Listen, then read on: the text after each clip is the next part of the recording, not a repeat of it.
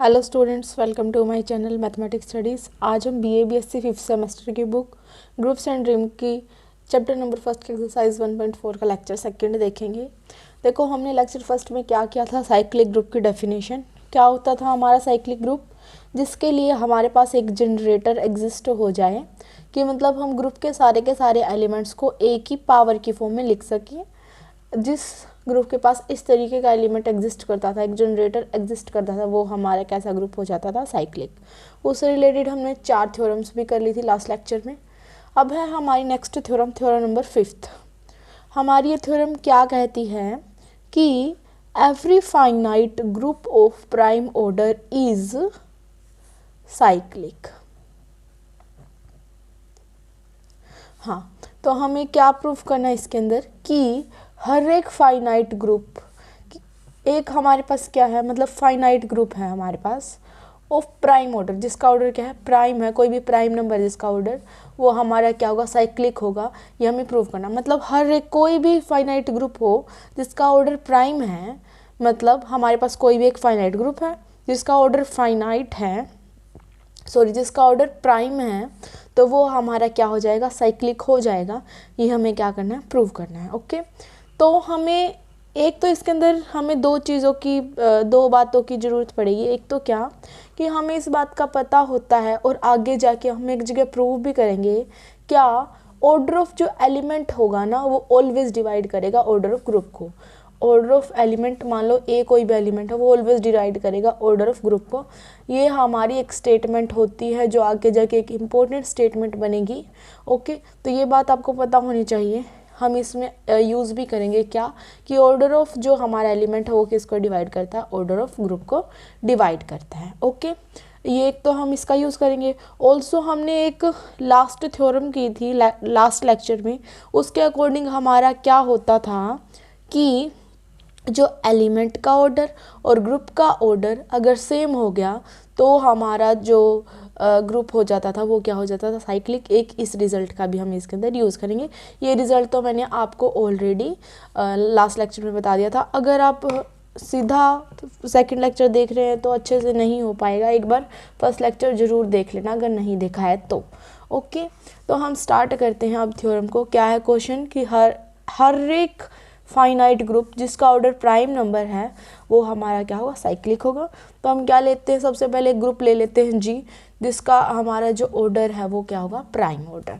ठीक है, तो लेट कर लिया G be finite group of prime order such that, क्या ले लिया मैंने, order of G equal to P, मतलब पी कोई भी मेरा क्या है, प्राइम है, विहर पी इज प्राइम।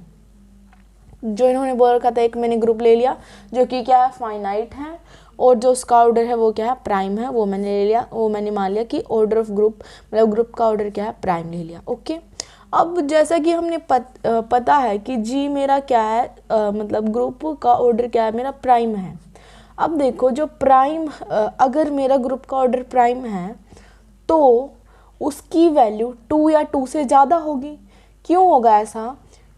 क्योंकि प्राइम के अंदर पक्का 2 एलिमेंट तो हमारे पास होंगे, एक तो 1 और एक प्राइम खुद, राइट। मतलब हमारे पास 2 ऐसे एलिमेंट तो पक्का होंगे, ग्रुप के अंदर एग्जिस्ट करेंगे, और 2 से ज़्यादा भी हो सकते हैं हमारे प्राइम।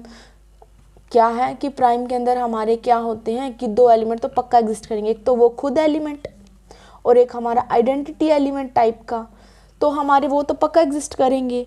उससे ज़्यादा भी हो सकते हैं, तो जो मेरा ऑर्डर होगा ना ग्रुप का, वो क्या होगा, ग्रेटर देन इक्वल टू 2। 2 तो होगा ही।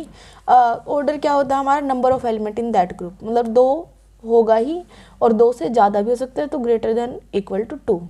अब मैंने क्या करें, लेट ए कोई भी एलिमेंट ले लिया जो कि आइडेंटिटी नहीं है जी के अंदर से, ठीक है, तो मैंने ये ले लिया।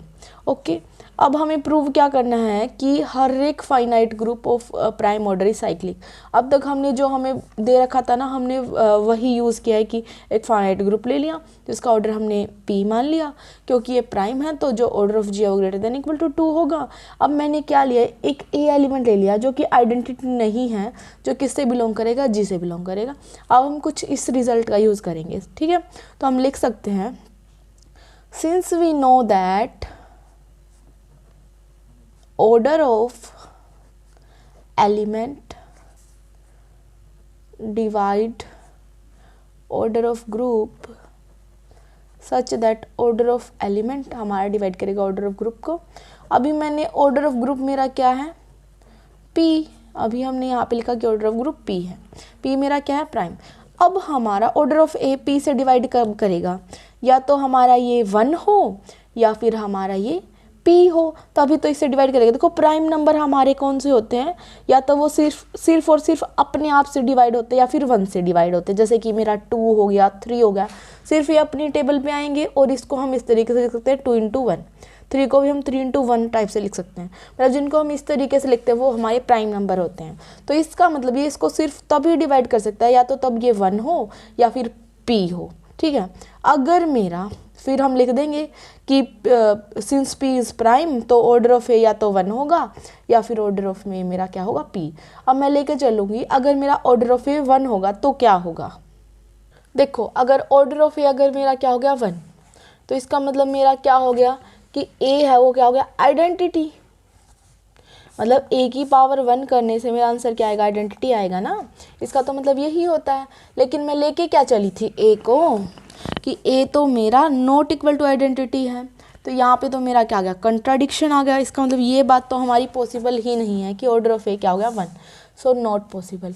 ये मैंने ऑर्डर की डेफिनेशन लगाई है कि ऑर्डर ऑफ ए अगर मेरा ये होता था एन, तो ए की एन आइडेंटिटी आंसर देता था। यहाँ एन की जगह 1 है तो ए की 1 आइडेंटिटी देगा, ये बात है लगाई है हमने यहाँ पे, ओके। लेकिन ए तो ए के इक्वल है ही नहीं, तो पॉसिबल नहीं है। इसका मतलब जो मेरा ऑर्डर ऑफ ए है वो क्या होगा, पी होगा। अब देखो ऑर्डर ऑफ ग्रुप में मेरा क्या था, पी था। ऑर्डर ऑफ ए भी मेरा क्या आ गया, पी आ गया। ऑर्डर ऑफ ए भी पी आ गया, ऑर्डर ऑफ जी भी पी आ गया। मतलब एलिमेंट का ऑर्डर और ग्रुप का ऑर्डर क्या हो गया, सेम हो गया।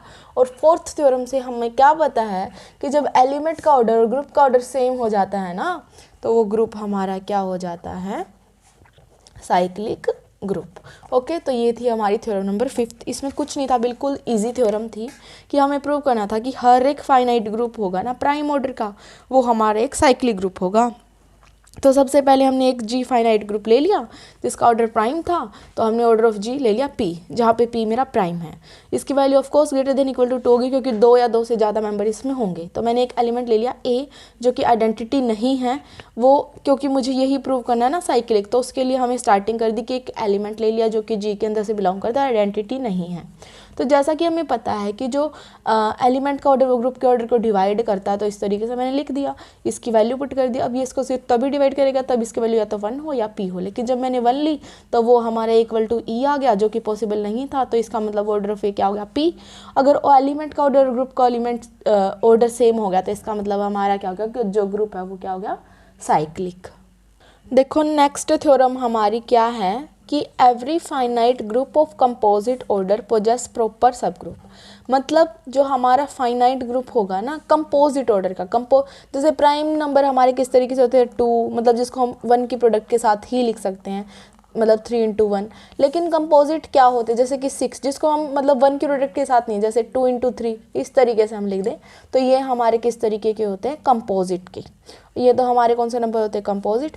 और जिनको इस तरीके से हम 1 या फिर उसी नंबर की फॉर्म में लिख सकते हैं, वो हमारे कौन से होते हैं, प्राइम। हमें प्रूव क्या करना है कि every finite group of composite order possess proper subgroup. मतलब हर एक फाइनाइट ग्रुप कंपोजिट ऑर्डर का एक प्रॉपर सब ग्रुप को कंटेन करेगा या पोजेस करेगा, ये हमें प्रूव करके दिखाना है।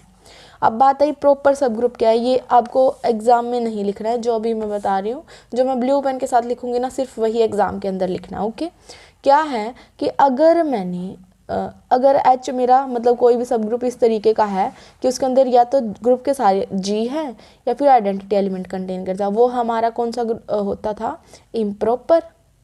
ये डेफिनेशन मैंने आपको पहले भी बता रखी है।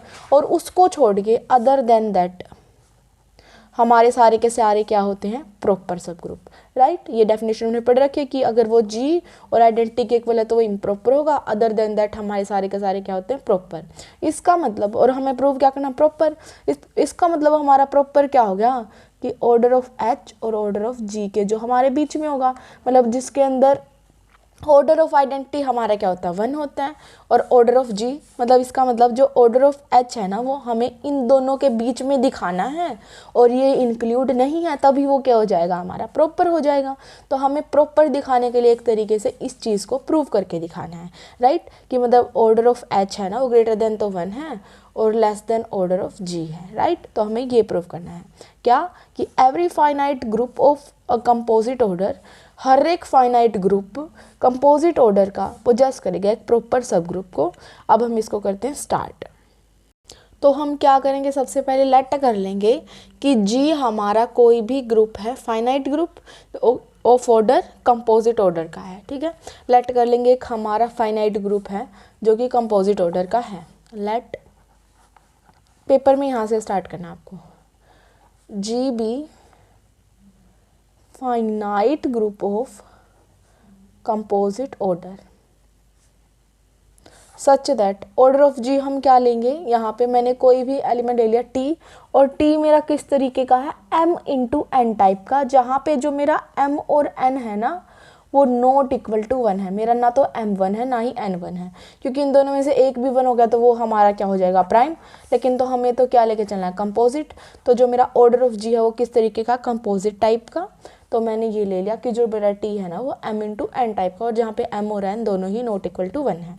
जो इन्होंने बोल रखा था वो हमने ले लिया कि एक फाइनाइट ग्रुप ले लिया और उसका ऑर्डर हमने ये ले लिया कंपोजिट टाइप का, ओके। अब हमें प्रूव क्या करके दिखाना है कि वो एक पोजेस करेगा एक प्रॉपर सब ग्रुप को, ठीक है। तो हमें सब ग्रुप इसको प्रूव करके दिखाना है कि ये हमारा एक पोजेस करेगा प्रॉपर सब ग्रुप को, ठीक है।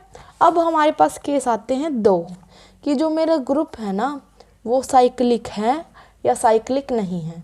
तो हमारे 2 केस अराइज होंगे। तो फर्स्ट केस हम क्या लेंगे, if G is cyclic. First case तो हमारा यही बन गया कि अगर जी साइक्लिक है, और सेकंड केस क्या बन जाएगा, अगर जी साइक्लिक नहीं है तो हमें प्रूव तो क्या करना है, इस तरीके का ही कुछ प्रूव करना। ये प्रूव करते ही हमारा हो जाएगा कि वो एक प्रॉपर सब ग्रुप को पोजेस करेगा, ठीक है। अब हमारा जी अगर एक साइक्लिक ग्रुप है तो हमारा यहाँ पे एक जनरेटर एग्जिस्ट करेगा ए। ऑल्सो हम ये भी कह सकते हैं कि अगर मेरा जी ग्रुप साइक्लिक है तो ग्रुप का ऑर्डर और एलिमेंट का ऑर्डर क्या हो जाएगा, सेम हो जाएगा, राइट। तो मैंने अगर जी एक साइक्लिक ग्रुप लिया है then there exist an element, यहाँ पे एक एलिमेंट बिलोंग करेगा जो कि जी के अंदर से होगा। इस तरीके से हम लिख सकते हैं कि ऑर्डर ऑफ एलिमेंट और ऑर्डर ऑफ ग्रुप हमारा क्या हो जाएगा, सेम हो जाएगा। क्यों हो जाएगा, क्योंकि साइक्लिक है और साइक्लिक के अंदर हमारा एलिमेंट का ऑर्डर ग्रुप का ऑर्डर क्या होता है, सेम होता है। और ऑर्डर ऑफ हमारा जो ग्रुप है वो क्या लिया हमने mn, तो हमने इस तरीके से लिख दिया। इसका मतलब मेरा ऑर्डर ऑफ ए किसके इक्वल आ गया, mn के इक्वल आ गया। यहाँ से इसके अगर ये इसके इक्वल है तो ये इसके इक्वल भी हो जाएगा, ठीक है। अब मैं इससे क्या लिख सकती हूँ कि ए की mn किसके इक्वल हो गया, आइडेंटिटी के इक्वल हो गया। ये भी लिख सकती हूँ ए की n की m equal to identity, right. इसका मतलब और क्या हो गया, अगर मेरा ए की n की m इक्वल टू आइडेंटिटी हो गया मतलब ऑर्डर ऑफ ए की n less than equal to m हो गया। सारी के सारी ऑर्डर की डेफिनेशन अगर ऑर्डर ऑफ ए mn है, इस तरीके से होता था हमारा कि ऑर्डर ऑफ ए एन है तो ए की N equal to identity answer हो जाता था। सिमिलर यहाँ पे इस तरीके से तो आइडेंटिटी हो गया, ये मैंने इस तरीके से लिख दिया। ऑल्सो मैं इसको ऐसे भी लिख सकती हूँ कि ऑर्डर ऑफ ए की N less than equal to M हो गया। ऑर्डर वाली मैंने बिल्कुल अच्छे से डेफिनेशन क्लियर करवा रखी है, वहाँ से आप देख लेना। ये हमारा ऑर्डर की डेफिनेशन से इस तरीके से हो गया। देखो एक बात होती है कि अगर मेरा 1 2 से छोटा है तो 2 इंटू कुछ भी कर दूँ, मैं 3 कर दूँ 4 कर दूँ तो वो उससे भी छोटा होगा, राइट। अगर मेरा order of A N less than M है तो वो लेस देन होगा एम एन से। उसके साथ में कुछ प्रोडक्ट कर दूँ तो वो उससे लेस देन होगा ना हमारा। तो ये हम इस तरीके से इसको लिख सकते हैं, ठीक है। ऑल्सो मेरा ऑर्डर ऑफ ए एन 1 से तो ग्रेटर है ही, तो हमने ये लिख दिया कि जो ये वैल्यू 1 से तो बड़ी है और एम एन से क्या है, छोटी है, ठीक। अगर मैं 1 मिनट के लिए ए की ऑर्डर ऑफ ए की एन आर मान लूँ, लेट ऑर्डर ऑफ ए की एन अगर आर है तो जो मेरी आर वैल्यू है वो लेस देन हो जाएगी एम से, लेस देन इक्वल टू हो जाएगी एम से, और लेस देन हो जाएगी एम एन से, राइट। मेरा ये इस तरीके से हो जाएगा। ओके, उसके बाद मैंने क्या लिया, एक बार के लिए ए एन को और मैक्स मान रही हूँ। यहाँ पे ही देखो इस तरीके से क्लियर होगा। अगर मैं ए एन की जगह एक्स पुट कर दूँ तो मेरा order of x equal to R आ जाएगा, राइट। जब मेरा ऑर्डर ऑफ एक्स आर आ जाएगा ना, तो इसका मतलब क्या होता है कि मैं इस, अगर वो होता था कि मेरा ऑर्डर ऑफ ग्रुप अगर आर आ जाता था तो मैं इस तरीके से लिख सकती थी कि इसके अंदर जो भी एक एलिमेंट होगा एक्स की पावर 1, एक्स की पावर 2, एक्स की पावर आर तक, जो लास्ट एलिमेंट होगा वो मेरा क्या होगा, पक्का आइडेंटिटी होगा। और इसका मतलब क्या हो जाता था कि इसके अंदर मेरे पक्का आर एलिमेंट है। इसमें है मेरा उल्टा कि आर नंबर पे मेरा क्या आएगा, आइडेंटिटी आएगा। तो यहाँ पे मेरा एक सब ग्रुप एग्जिस्ट हो जाएगा, और मुझे सब ग्रुप ही चाहिए था। क्वेश्चन के अंदर क्या है, इन्होंने क्या बोला है कि कंपोजिट ऑर्डर पोजेस करेगा प्रॉपर सब ग्रुप को। और यहाँ से मेरा एक ये ए एन मैंने क्या लिया है, बस 1 मिनट के लिए ए एन की जगह एक्स पुट किया है मैंने, तो ऑर्डर ऑफ एक्स मेरा क्या हो जाएगा, आर। तो मैं इस तरीके से लिख सकती हूँ ना, एक मैं यहाँ पे क्या एग्जिस्ट करवा रही हूँ, अब एक सब ग्रुप अपनी तरफ से लिया है, ये सब ग्रुप यहाँ पे, ठीक है। वो किस तरीके से एग्जिस्ट करवा रहे हैं हम, एक्स की 1, एक्स की 2 और एक्स की आर। लेकिन यहाँ पे हमें एक बात को और पता चल गया। अब यहाँ से इससे मुझे क्या पता चला, ऑर्डर ऑफ एक्स अगर आर है तो एक्स की पावर आर करने से मेरा आंसर क्या आएगा, आइडेंटिटी आएगा। इसका मतलब जो मेरा लास्ट एलिमेंट है ना, वो किसके इक्वल है, आइडेंटिटी के इक्वल है, ठीक है। और जहाँ पे आइडेंटिटी आ जाते हैं ना, मेरा जो सब ग्रुप है वहीं पे रुक जाता है। इसका मतलब मेरे इस सब ग्रुप के अंदर कितने नंबर ऑफ एलिमेंट हैं, आर नंबर ऑफ एलिमेंट हैं। ये मैंने सब ग्रुप लिया तो अपनी मर्जी से है, लेकिन ख़त्म मेरा इसके अकॉर्डिंग हुआ है। मतलब इसके अंदर मेरे कितने नंबर ऑफ एलिमेंट हुए, आर नंबर ऑफ एलिमेंट हुए। इसका मतलब मेरा जो ऑर्डर ऑफ एच है वो किसके इक्वल हो गया, आर के इक्वल हो गया। आर मेरा किससे लेस देन था, एम एन से लेस देन था। और यहाँ पे आर मेरा आर मैंने क्या लिया था, order of A N. Order of A N मेरा लेस देन था एम एन से और ग्रेटर देन था 1 से। और इसका मतलब ये जो वैल्यू है मेरी लेस देन है एम एन से और ग्रेटर देन होगी 1 से। और यही तो मुझे क्या करना था, इसके अंदर प्रूफ करना था। और एम एन मेरा क्या है, ग्रुप का ऑर्डर। तो मेरा ये इस तरीके से आ गया। एक बार और देखो क्या था इसके अंदर हमारा, कि इन्होंने बोल रखा था कि every finite group of composite order possess करेगा एक प्रॉपर सब ग्रुप को, ठीक है। अगर हमें प्रॉपर सब ग्रुप टाइप का प्रूव करना है तो हमें ये चीज़ प्रूव करके दिखानी पड़ेगी, ठीक है। इन्होंने बोल रखा था कि जी एक फाइनाइट ग्रुप है जिसका कंपोजिट ऑर्डर है। तो मैंने एक ग्रुप लिया जिसका कंपोजिट ऑर्डर ये मान लिया, ठीक है, जहाँ पे एम और एन मेरा 1 नहीं हो सकता। अब केस आए 2 कि जी या तो मेरा साइक्लिक हो जाए या फिर जी मेरा साइक्लिक ना हो। अगर मेरा जी साइक्लिक है तो मुझे पता है कि एलिमेंट का ऑर्डर और ग्रुप का ऑर्डर क्या हो जाएगा, सेम। ग्रुप का ऑर्डर हम एम एन लेके चले थे तो एलिमेंट का ऑर्डर भी क्या आ गया, एम एन आ गया। इसका मतलब ए की पावर एम एन करने से मेरा आंसर आएगा आइडेंटिटी। इस तरीके से लिख सकती हूँ इसको मैं, ए की एन की power M equal to identity. Also अगर ये है तो order of A N less than equal to M हो जाएगा। एक में ऑल्सो अगर ये m से छोटा है तो m के साथ कुछ मैं प्रोडक्ट करूँ तो उससे भी छोटा होगा, और ये मेरी 1 से तो बड़ा है ही। तो मेरी ये टर्म आ गई। 1 मिनट के लिए मैंने क्या मान लिया कि ऑर्डर ऑफ ए एन है ना मेरा r है, तो अगर है तो यही वैल्यू बस r, तो r मेरा लेस देन इक्वल टू हो गया m और लेस देन हो गया एम एन से। बस ऑर्डर ऑफ ए एन की जगह मैंने r पुट किया है 1 मिनट के लिए। देन मैंने ए एन की जगह क्या पुट कर दिया, x पुट कर दिया यहाँ पे। और मैंने एक अपनी तरफ से एक सब ग्रुप एग्जिस्ट करवाया। क्यों, क्योंकि हमें प्रॉपर सब ग्रुप ही चाहिए। तो हमने सब ग्रुप जनरेट किया with the help of A N, ठीक है। और यहाँ पे हमने एन की जगह क्या लिया, एक्स लिया। और हमने कहाँ तक ही एलिमेंट लिए हैं, आर तक, क्योंकि एक्स की आर हमें क्या देता है, आइडेंटिटी देता है। तो हमने एक्स की पावर 1, एक्स की पावर 2 और एक्स की आर तक हमने इनको ले लिया इस तरीके से। इसका मतलब हमारा क्या होगा कि सब ग्रुप के अंदर कितने नंबर ऑफ एलिमेंट ही हैं, सिर्फ और सिर्फ आर। मतलब ऑर्डर ऑफ एच मेरा क्या हो गया, आर हो गया। अब वापस आ जाओ यहाँ पे, आर की वैल्यू तो मेरी क्या है, less than equal to M N है। और इसकी जगह मैंने आर पुट किया था और आर क्या है मेरा, ग्रेटर देन 1 है।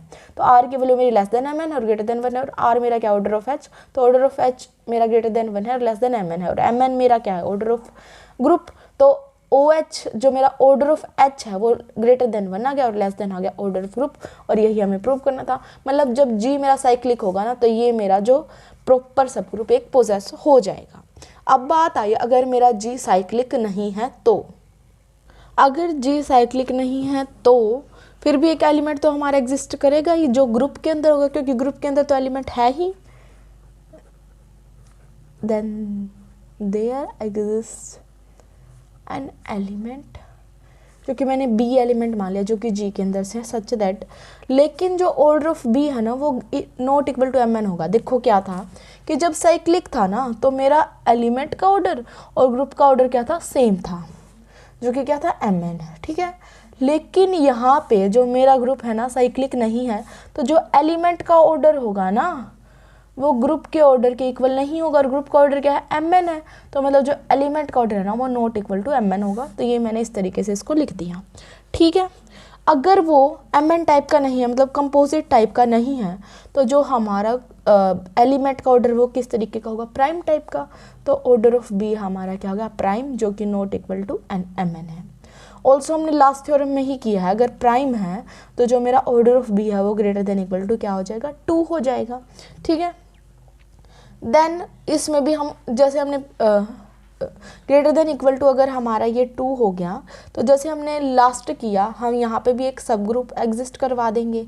किस तरीके से एग्जिस्ट करवा देंगे, यहाँ पे भी हम जैसे हमारा लास्ट में ऑर्डर ऑफ ए क्या आया था, आर तक आया था, तो हमने ए की आर आइडेंटिटी तक उसमें एलिमेंट ले लिए थे। यहाँ पे मेरा ऑर्डर ऑफ बी क्या है, पी है, तो हम यहाँ पे सब ग्रुप किस तरीके का लेंगे, बी की 1, बी की 2 और बी की पावर पी तक लेंगे, क्योंकि बी की पी पे मेरा आंसर क्या आ रहा है, आइडेंटिटी आ रहा है। इसका मतलब जो मेरा ऑर्डर ऑफ एच है वो क्या है, पी है, क्योंकि इसके अंदर नंबर ऑफ एलिमेंट कितने हैं, पी है। जो मेरी पी वैल्यू है वो मेरी लेस देन एम एन होगी और ग्रेटर देन 1 तो होगी। देखो ग्रेटर देन 1 तो हमारा ये होगा ही, लेकिन लेस देन एम एन क्यों होगा, देखो जो मेरा एलिमेंट का ऑर्डर होता है ना वो या तो ग्रुप के ऑर्डर के इक्वल होता है या फिर लेस देन होगा। इक्वल तो मेरा कब हो गया, जब वो साइक्लिक होता है, अदरवाइज जो मेरा एलिमेंट का ऑर्डर है वो क्या होता है, लेस देन होता है। इस वजह से ये मेरा जो ऑर्डर है वो क्या हो गया, लेस देन हो गया, ठीक है। और यही हमें, और वैसे भी हमें पता है कि हमें यही चीज़ प्रूव करनी है, तो नेक्स्ट स्टेप हमारा यही रहेगा कि जो ये पी वैल्यू वो मेरी लेस देन एम एन हो जाएगी और ये 1 से ग्रेटर देन हो जाएगी। और इस तरीके से आते ही हमारा क्या प्रूव हो जाएगा, एच एक प्रॉपर सब ग्रुप है जी का। ओके, एक बार और देखते हैं कि नोट साइक्लिक में हमें क्या करना है। अगर नोट साइक्लिक है फिर भी एलिमेंट तो एग्जिस्ट करेगा, तो order of B not equal to M N हो जाएगा। क्यों, क्योंकि साइक्लिक नहीं है तो ऑर्डर अलग अलग होगा, राइट। अगर ऑर्डर ऑफ बी मेरा कंपोजिट नहीं है तो हमने क्या ले लिया, प्राइम है। प्राइम में हमने लास्ट में भी किया था कि ऑर्डर ऑफ बी अगर प्राइम है तो वो ग्रेटर देन इक्वल टू 2 हो जाएगा। देन हमने जैसे पीछे हमने सब ग्रुप एग्जिस्ट करवाया था वैसे ही बी की 1, बी की 2, बी की पी तक हमारा आंसर क्या आएगा, आइडेंटिटी। इसका मतलब इसके अंदर कितने नंबर ऑफ एलिमेंट है, पी नंबर ऑफ एलिमेंट है, ठीक है। जो कि हमारा किससे लेस देन होगा, जो हमारा किसका ऑर्डर होगा, ग्रुप का ऑर्डर होगा। जो हमारा सब ग्रुप का ऑर्डर है वो लेस देन होगा ग्रुप के ऑर्डर से in the case of not cyclic, और 1 से तो इसकी वैल्यू हमेशा बड़ी होगी ही। तो हमारा जो एच है वो क्या हो गया, एक प्रॉपर सब ग्रुप किसका, जी का। तो ये थी हमारी theorem number 6।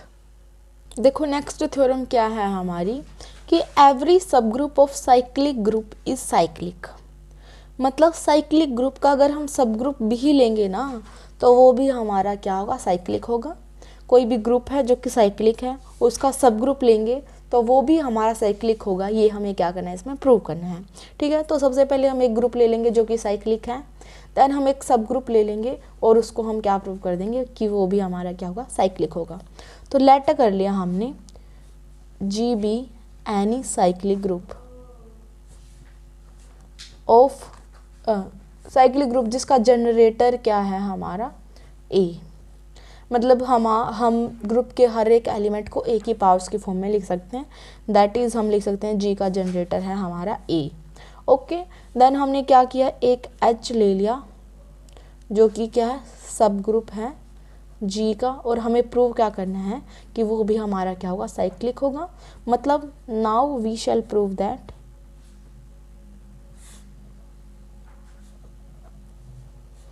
H is cyclic, right. हमें यही प्रूव करना है, जैसा हमें क्वेश्चन में बोल रखा था, थ्योरम में बोल रखा था, वैसे हमने लिख दिया। अब बात आई कि जो हमारा सब ग्रुप है वो प्रॉपर सब ग्रुप भी हो सकता है, इम्प्रॉपर सब ग्रुप भी हो सकता है। तो अगर मेरा वो, मान लो अगर मेरा H इस तरीके का है कि जिसके अंदर G है और आइडेंटिटी टाइप, मतलब ग्रुप के सारे एलिमेंट और आइडेंटिटी हैं, ग्रुप के सारे एलिमेंट हैं, तो ग्रुप तो हमारा क्या है, साइक्लिक है, तो मेरा ऑटोमेटिकली जो सब ग्रुप होगा वो भी साइक्लिक हो जाएगा। और आइडेंटिटी भी हमारा क्या है, एक साइक्लिक की तरह ही, मतलब आइडेंटिटी हमारा बिहेव करेगा ही साइक्लिक की तरह, ये तो हमारा होते ही है। तो इसका मतलब क्या हो गया कि अगर मेरा H ग्रुप है या फिर आइडेंटिटी है, तो बिना सोचे समझे हमारा क्या है कि H तो एक साइक्लिक ग्रुप हो ही जाएगा, क्योंकि आइडेंटिटी के केस में भी और ग्रुप के सारे एलिमेंट के केस में भी मेरा जो H है वो क्या हो जाएगा, साइक्लिक हो जाएगा। क्योंकि अगर सारे के सारे एलिमेंट हैं, अगर G के इक्वल है और G मेरा क्या है, साइक्लिक ग्रुप है, तो H तो मेरा ऑटोमेटिकली साइक्लिक हो जाएगा। आइडेंटिटी के केस में तो साइक्लिक होता ही है, तो मेरा जो H है वो क्या हो जाएगा, साइक्लिक। बट ये तो मेरा किसका केस था, इम्प्रॉपर का। लेकिन ऐसा नहीं है, तो अगर मेरा H not equal to group है और आइडेंटिटी है, तो अगर ये इन दोनों में से कुछ नहीं है, तो फिर मैंने क्या लिया, एक X एलिमेंट ले लिया जो कि किसके अंदर से, H के अंदर से है। अगर X एलिमेंट H के अंदर है और H अगर मेरा सब ग्रुप है G का, तो H मेरा सबसेट भी होगा G का, और हर एक एलिमेंट जो हमारा H के अंदर होगा वो पक्का G के अंदर तो होगा ही। तो X मेरा अगर H के अंदर है तो मेरा X किसके अंदर भी होगा, G के अंदर भी होगा। और X मेरा G के अंदर है और G का मेरा जो जनरेटर है वो क्या है, A है। इसका मतलब मैं G के हर एक एलिमेंट को A की पावर की फॉर्म में लिख सकती हूँ। तो मैं X को क्या लिख सकती हूँ, A की पावर T टाइप से, राइट, जो कि मेरा किसके अंदर बिलोंग करेगा, H के अंदर बिलोंग करेगा, राइट। अब देखो, क्योंकि मेरा H एक क्या है, सब ग्रुप है, सब ग्रुप मेरे ग्रुप की सारी प्रॉपर्टीज़ को क्या करता है, सेटिस्फाई करता है। लिख दो, सिंस H इज एन सब ग्रुप, तो वो ग्रुप की सारी प्रॉपर्टी को सेटिस्फाई करेगा। तो अगर इस तरीके का एलिमेंट H के अंदर जा रहा है तो यहाँ पे इन्वर्स भी एग्जिस्ट करेगा और A की माइनस T भी किसके अंदर जाएगा, H के अंदर जाएगा। ओके, अभी तक हमने सिंपल दो केस लिए हैं कि या तो वो प्रॉपर हो जाए या फिर वो इम्प्रॉपर हो जाए। इम्प्रॉपर के केस में डायरेक्ट हो गया हमारा, अगर वो प्रॉपर है, ना तो वो G है ना वो E है, तो हमने एक एलिमेंट ले लिया H से। अगर वो H में होगा तो G में पक्का होगा, क्योंकि H G का सब ग्रुप है और सब ग्रुप G के अंदर कंटेन होता है। और अगर H G के अंदर कंटेन होता है तो H के सारे एलिमेंट भी G के अंदर जाएंगे, ठीक है। अब X अगर मेरा G के अंदर जा रहा है तो G का जनरेटर मेरा क्या है, A, और X के साथ G के सारे एलिमेंट को मैं किसकी टर्म्स में लिख सकती हूँ, A की पावर की फॉर्म में। तो मैंने इस तरीके से लिख दिया इसको, X इक्वल टू A की पावर T, और X मेरा किस में था, H में था, तो X A की पावर T भी मेरा किस में होगा, H में होगा। अगर मेरा H एक सब ग्रुप है तो इसके अंदर इन्वर्स भी एग्जिस्ट करेगा, क्योंकि सब ग्रुप की सारी प्रॉपर्टी को सेटिस्फाई करता है। तो A की माइनस T भी किसके अंदर चला गया, H के अंदर चला गया। ओके, अब मैं एक नेक्स्ट लाइन लिखूंगी कि इतना छोड़ के अभी हम नेक्स्ट पे चलते हैं। अभी मैं जो लिखवा रही हूँ, मतलब जो समझा रही हूँ वो समझो, और किया क्यों है वो आपको बाद में पता चलेगा। ओके, तो देखो क्या है नेक्स्ट, कि मैं क्या लूँगी, एक M, एक लिस्ट पॉजिटिव इंटीजर लूँगी।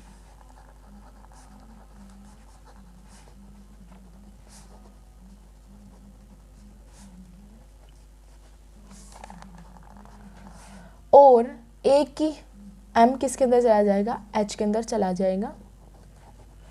क्या है, मैंने क्या लिया, M को एक लिस्ट पॉजिटिव इंटीजर ले लिया, और क्योंकि मेरा G का जनरेटर कौन था, A, तो A की पावर की फॉर्म को अगर हम लिखें तो वो किसके अंदर चला जाएगा, हमारा H के अंदर चला जाएगा। ठीक है, अभी हमने सिर्फ एक चीज़ लेट की है कि जो M है ना वो मेरा लिस्ट पॉजिटिव इंटीजर है। ओके, अब हमने इस तरीके से इसको ले लिया। ठीक है, अब हमें पता है हमारा फंडामेंटल एल्गोरिथम से, जो हमारा किसी भी नंबर, जैसे हमारा यहाँ पे क्या था, x A की पावर T था, तो मैं T को इस तरीके से लिख सकती हूँ, इसके अंदर MQ प्लस R। मतलब हम किसी भी नंबर को इस तरीके से लिख सकते होते हैं अकॉर्डिंग टू एल्गोरिथम। तो हमने T को क्या लिख दिया, MQ प्लस R टाइप से, और जो मेरा R है ना वो ग्रेटर देन इक्वल टू 0 और लेस देन M हो जाएगा। ठीक है, वो हमारा ये रूल ही होता है, इस अकॉर्डिंग हमने ये लिख दिया। यहाँ पे क्या है, मैंने ले लिया लेट इफ़ पॉसिबल आर मेरा नॉट इक्वल टू 0 है, ठीक है। अगर मेरा आर नॉट इक्वल टू 0 है तो यहाँ से आर की वैल्यू मैंने निकाली कि आगे T minus of M Q, ठीक है। ऑल्सो मैंने क्या लिया था, ए की एम बिलोंग कर रहा था मेरा एच के अंदर, तो हमने क्या किया यहाँ पे, अगर मेरा ए की एम एच के अंदर जा रहा है तो मेरा ए की एम क्यू भी किसके अंदर जाएगा, एच के अंदर जाएगा बाय क्लोजर प्रॉपर्टी। और अगर मेरा इस तरीके का एलिमेंट एच के अंदर जा रहा है तो इसका इन्वर्स भी सब ग्रुप के अंदर जाएगा, क्योंकि सब ग्रुप की प्रॉपर्टीज हम इस तरीके से इसको लिख सकते हैं कि ए के माइनस एम क्यू भी एच के अंदर जाएगा, ठीक है। अब देखो क्या था मेरा कि ए की पावर टी तो मेरा किसके अंदर था, एच के अंदर था ही, यहाँ पे ए की टी तो मेरा एच के अंदर था ही,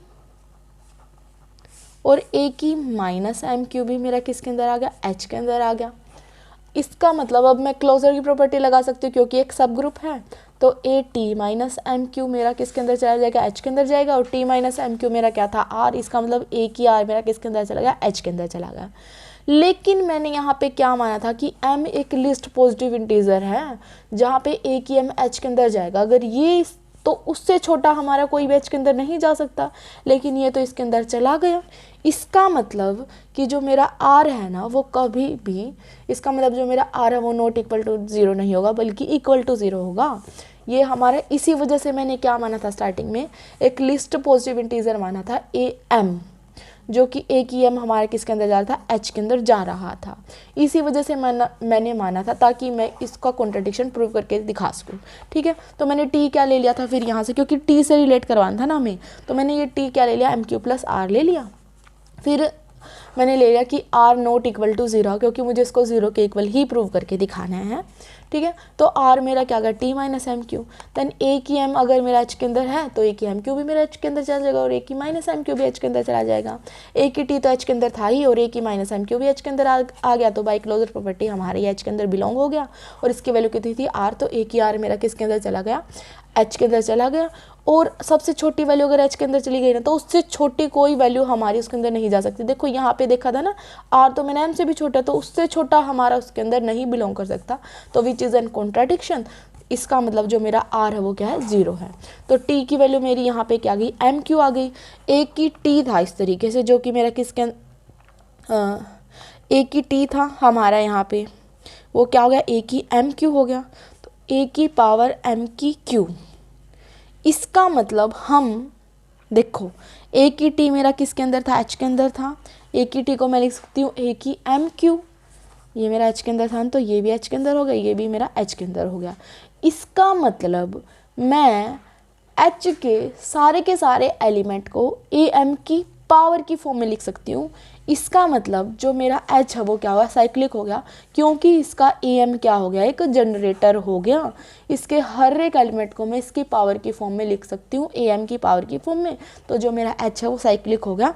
इसी वजह से हमने यहाँ पे इससे स्टार्ट किया था, ताकि हम टी को सिर्फ और सिर्फ क्या लेके आ सकें, एम क्यू, और टी को अगर हम एम क्यू ले आए तो ए की टी किसके इक्वल हो जाएगा, ए की एम क्यू के, और ए की पावर एम की क्यू हो गया, जो कि एच के अंदर बिलोंग कर गया। तो हमें क्योंकि ये प्रूव करना था कि एक साइक्लिक हो जाए, मतलब किसी कोई ना कोई इसका जनरेटर आ जाए, तो इसके लिए हमने यहाँ पे क्या लिया था, टी की power M Q plus R. और यहाँ पे क्योंकि हमें आर को यहाँ पे प्रूव करना था कि ये इक्वल टू 0 आ जाए किसी तरीके से, इस वजह से हमने क्या लिया था, m को एक लिस्ट पॉजिटिव इंटीजर लिया था। तो आई थिंक अब ये समझ आ गया होगा कि ये स्टेप क्यों की है, लेकिन एक बारी के लिए तो आपको ध्यान रखने पड़ेंगे कि हमें इस तरीके से करने हैं। क्या था, सबसे पहले इन्होंने बोला था कि हर एक सब ग्रुप एक साइक्लिक ग्रुप है हमारे पास, उसका अगर हम सब ग्रुप लेंगे ना तो वो भी साइक्लिक आएगा। तो 2 केस थे, ये तो नॉर्मल था, हमारा साइक्लिक प्रूफ हो गया था। लेकिन अगर नॉट इक्वल टू 0 तो मैंने एक एलिमेंट लिया एक्स एच से, तो वो जी के अंदर भी होगा, एक्स ए टी अगर एच के अंदर तो ए की माइनस टी भी एच के अंदर होगा, क्योंकि एक सब ग्रुप है, ठीक है। लेकिन मुझे तो क्या प्रूव करना है, एच को एक साइक्लिक प्रूव करना है। अगर मुझे एच को साइक्लिक प्रूव करना है तो उसके लिए मुझे क्या करना पड़ेगा, इसका एक जनरेटर शो करके दिखाना पड़ेगा। तो ए की टी अगर मेरा एच के अंदर है ना, तो मैं कुछ ऐसा कर दूं कि हमारा इसको हम किसी की मतलब इसके हर एक एलिमेंट को किसी की पावर की फॉर्म में लिख के दिखा सकें। अगर इस तरीके से हम लिख के दिखा सकें तो वो मेरा क्या हो जाएगा, साइक्लिक प्रूफ हो जाएगा। तो इसके लिए मैंने सबसे पहले इस तरीके से किया, टी इक्वल टू, क्योंकि एम क्यू प्लस आर होता है तो मैं सिर्फ और सिर्फ एम क्यू चाहती हूँ, क्योंकि मुझे सिर्फ एक की पावर की फॉर्म में लिखना है, यहाँ पे आर नहीं चाहती। तो आर को पहले मैंने क्या प्रूव किया कि आर मेरा 0 होगा, तब मेरा आर 0 आ गया तो डायरेक्ट वो मेरा क्या प्रूव हो गया, साइक्लिक प्रूव हो गया। नेक्स्ट थ्योरम हम करेंगे नेक्स्ट लेक्चर में। जो ये थ्योरम्स थी ना सारी इंपॉर्टेंट थी और थोड़ी टफ भी थी, तो 2-3 बार करके देखनी पड़ेंगी। Okay, thank you guys for watching my video. Please do like share subscribe to my channel. Thank you so much.